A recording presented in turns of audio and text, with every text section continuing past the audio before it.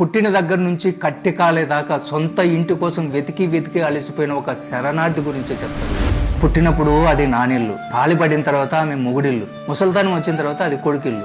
మరి ఆమె ఇల్లు ఎక్కడ? మధ్యలో ఎక్కడో ఇరుకుపోయి జీవితాంతం ఇక్కడో కాలు అక్కడో కాలు వేసి అదే ఇంట్లో ఉన్నట్టు బ్రతికి వెళ్ళిపోయే ఆ మనిషి పేరు అమ్మ. అదొక 60 ఏళ్ల సుదీర్ఘ నరకం. అమ్మంటే పుట్టుకతో ముసలిది కాదు కదా. నీకు నాకు పరిచయం కాకముందు ఆవిడ కూడా ఆడపిల్లే. ఆమెకి గలగల నవ్వాలని ఉంటది, రంగురంగుల బట్టలు వేసుకోవాలని ఉంటది, ఆమెకి ఒక ఆశయం కూడా ఉంటది.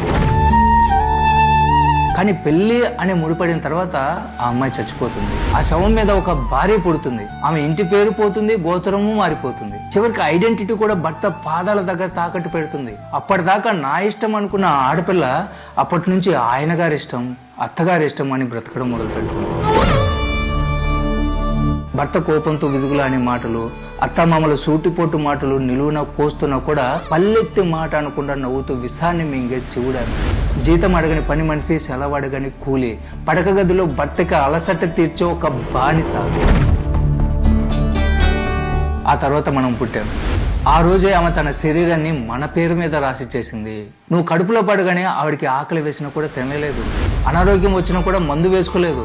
నిజం చెప్పాలంటే ఆమెని కొంచెం నమిలి తింటూ పెరిగిన నరమాంస భక్షకులం మనం పెరిగే కొద్దీ ఆమె ఆయుస్సు అమాంతం హారతి కర్పూరంలో తగ్గిపోతూ ఉంటుంది.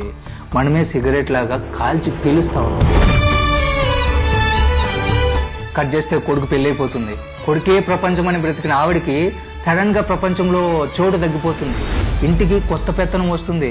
ఎవరి కోసమైతే ఆమె తన యవ్వనాన్ని ఆరోగ్యాన్ని దారపోసిందో వాళ్ళే ఇప్పుడు నీకేం తెలియదమ్మా, నువ్వు కాస్త ఆగు అని నోరు మోయిస్తారు. ఆమెది చేదస్తమంటారు. చివరికి ఏమవుతుంది? ఈ ఇల్లు నాది అని ఆమె జీవితం మొత్తం అనుకుంది.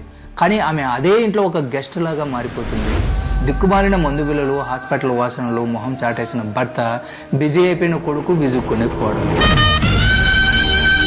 చివరికి మంచం మీద పడిపోయిన తర్వాత ఆవిడికి చావు అంటే భయం ఉండదు. నేను ఎవరికీ బరువు కాకూడదు అన్న బాధ ఎక్కువగా ఉంటుంది. ఏ మంచం మీద అయితే నిన్ను కని పాలిచ్చిందో అదే మంచం మీద ఎండిపోయిన చర్మంతో, మసగబారిన చూపుతో ప్రాణం వదిలేస్తుంది. అది చావు అనుకుంటే పొరపాటు. ఆమె పడ్డ నరకానికి అది శాశ్వత విశ్రాంతి. పుట్టినప్పుడు కూతురుగా, యవ్వనంగా ఉన్నప్పుడు భార్యగా, ముసలితనంలో అమ్మల, ప్రతి దశలో ఎవరో ఒకరి కోసం తనని తాను చంపుకుని బ్రతికిన ఆమె నిజంగా ఆమెలాగా ఇప్పుడు బ్రతికింది. మనం రాసిచ్చిన ఆ దరిద్రమైన స్క్రిప్ట్లో అద్భుతంగా నటించి చివరాఖరుకు చప్పట్లు కూడా దక్కించుకొని ఓడిపోయిన ఒక గొప్ప కళాకారిణి ఆమె.